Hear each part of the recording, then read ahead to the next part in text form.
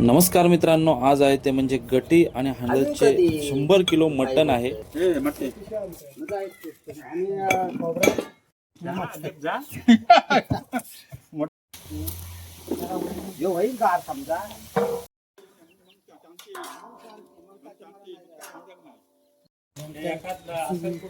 असू दे तर काय नाही फरक. हे पण काळजीचा दिला आहे. दोन आहेत ना थोडा आहे हे ते खाली आहेत का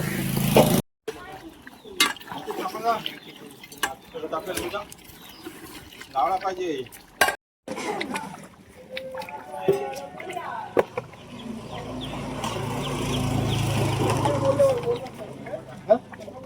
पटणाचाच विषय त्यांचा चाललेला म्हणजे परवा रविवारी काहीतरी